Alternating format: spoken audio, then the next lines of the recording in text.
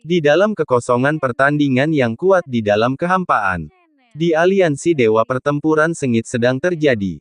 Setelah Jin Taiwei jatuh, mata Xiaoyan tertuju pada Taixu yang datang untuk mendukungnya. Ada beberapa petarung Taixu, tapi menilai dari dua kristal merah di dada baju Zira Void God yang mereka kenakan, petarung Taixu ini hanya bisa dianggap sebagai prajurit Taixu.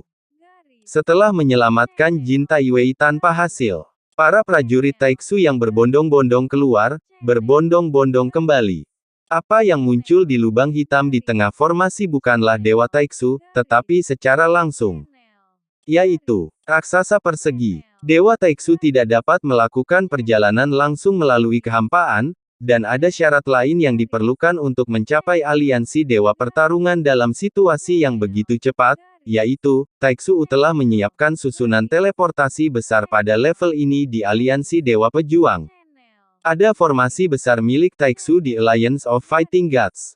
Agak aneh memikirkannya, karena Taixu menginvasi Sensi belum lama ini, bahkan jika dihitung, mungkin hanya 100 tahun. Dan di Battle God Alliance, tidak ada formasi sebesar itu, kecuali Taixu segera datang ke Battle God Alliance untuk meninggalkan formasi ini setelah memasuki nafas dewa, sebelumnya. Tetapi jika tidak demikian, ada kemungkinan lain bahwa sebagian dari Taixu telah memasuki Sensi secara diam-diam. Xiaoyan memperoleh kantong darah Taixu sebelumnya, dan mengambil tubuh di kantong darah, kemungkinan kedua lebih mungkin. Jadi sekarang saya khawatir akan ada dua gelombang Taixu, satu gelombang Taixu yang merampok kehampaan Laut Barat di permukaan. Dan gelombang lain yang telah lama tersembunyi, mereka merencanakan ini harus memiliki rencana yang sangat detail. Sementara Xiaoyan mencabik-cabik para pejuang Taixu ini, matanya juga menyapu pikirannya, menganalisis penilaiannya sendiri atas situasi pertempuran. Xiaoyan, yang telah memasuki umur panjang, terbukti dengan sendirinya dalam pemikirannya, meskipun dia tidak secermat atasannya. Dia masih bisa melihat beberapa alasan dan tujuan Taixu secara detail. Taixu datang dengan sangat cepat, dan mereka juga mundur dengan sangat cepat, dan mereka tidak memilih untuk berselisih dengan Xiaoyan dan yang lainnya. Karena Jin Taiwei telah jatuh, tidak perlu melakukan pengorbanan yang tidak perlu. Meski Taixu tidak takut mati, karena selama mereka memiliki sumber daya yang cukup, mereka dapat terus membiakkan daging, memperbanyak klon Taixu. Kerumunan Taixu yang mengerumuni, meskipun tidak butuh waktu lama. Cimi dengan perintah Xiaoyan, meledakkan mereka tanpa henti. Mereka membunuh ratusan pejuang Taixu dalam waktu singkat.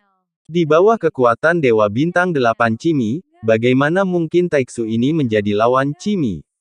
Melihat kekuatan seperti itu berani menyerang. Melihat Taixu yang hendak mundur. Cimi melihatnya dengan ekspresi sarkastik di wajahnya, dan berkata dengan jijik. Semua kekosongan memudar tanpa kata-kata. Dengan menghilangnya mereka, formasi besar di atas segera runtuh. Gempa bumi runtuh, dan aliansi Dewa Pejuang tampaknya telah terdiam saat ini.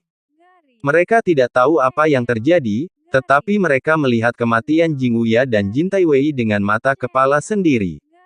Melihat Xiaoyan, yang berdiri di udara dan mengenakan jubah hitam, memegang 8 penguasa misterius kehancuran tegak, tatapannya tegas melihat formasi runtuh. Mereka bahkan lebih bingung mengapa begitu banyak veteran dari Fighting God Alliance datang ke udara. Selain itu, Yi Ai tahu bahwa dia kagum. Ayam dan bebek lama tidak bertemu. Setelah injeksi benar-benar runtuh, Xiaoyan perlahan menarik pandangannya dan mendarat di Yoshino terlebih dahulu. Efusi itu juga yang paling mencolok, karena langsung di depan Xiaoyan. Saya pikir Anda tidak akan pernah kembali lagi. Saya baru saja membangun kembali sumber air panas ketika saya kembali, jadi saya memiliki kesempatan untuk berendam bersama. Ji juga tertawa. Ketika Xiaoyan mendengar ini, garis-garis hitam tiba-tiba muncul di wajahnya. Ji Ye masih sama, riang, dan tidak berubah sama sekali. Untungnya, jaraknya agak jauh dari Ark of the Ghost Mansion. Nona muda Xiaoyan tidak mendengarnya, kalau tidak dia harus menderita. Berbicara tentang bisnis, sudahkah semua uang untuk Dianhua datang? Xiao Yan melihat ketergantungan mendalam Jie, dan tanpa kecuali, tidak ada kaisar abadi di antara orang-orang ini. Tapi ini hanya secara dangkal bisa bersembunyi di aliansi Dewa Pejuang dan menjadi bunga dari sisi lain. Tidak mungkin orang-orang ini hanya menjadi Dewa Pejuang. Jika demikian, Bianhua tidak memiliki arti keberadaan. Mereka tidak akan mengungkapkan kekuatan mereka yang sebenarnya sampai Xiao Yan benar-benar muncul dan kembali untuk mengendalikan Bianhua. Bahkan sekarang, masih ada kecurigaan di mata mereka, karena Xiao Yan bukanlah Murakami kuat yang mereka harapkan, bukan seperti itu Murakami, jadi mereka tidak bisa menerimanya untuk sementara waktu. Chen Ling dan Zai menyelesaikan dendam lama dan baru bersama. Xiao Yan tidak akan melepaskan semua yang mulia yang berpartisipasi dalam pemusnahan tim yang tak kenal takut. Segera beberapa sosok tampak tidak jauh. Wajah Chuling pucat saat ini, dan ada dua orang berdiri di depannya seolah mencegahnya melarikan diri. Direktur perusahaan mengedipkan mata pada Xiao Yan.